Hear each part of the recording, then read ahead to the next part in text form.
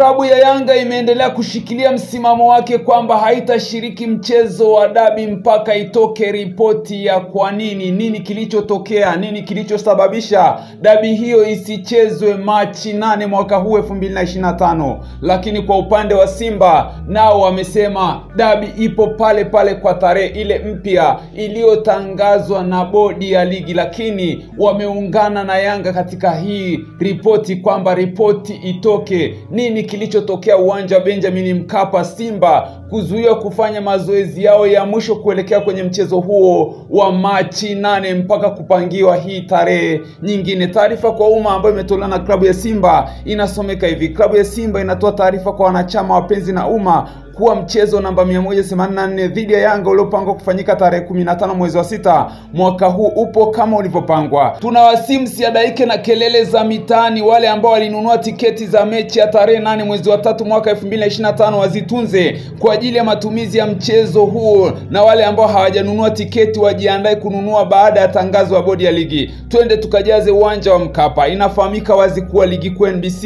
inajumuisha timu 16 na si ligi ya timu moja. Kwa mujibu wa taratibu, kabla ya kuanza msimu, vilabu vote 16 ushiriki vikao na kutoa mapendekezo ya kuboresha kanuni na taratibu ili kuimarisha ligi yetu. Hivyo wenye hoja wafuate taratibu husika. Tunaomba bodi ya ligi na TFF watoe hadharani ripoti ya uchunguzi juu ya wale wote waliohusika kuharibu mechi ya ligi jioni ya tarehe 7 mwezi wa 3 mwaka 2025 na wachukuliwa hatua stahiki na mamlaka husika.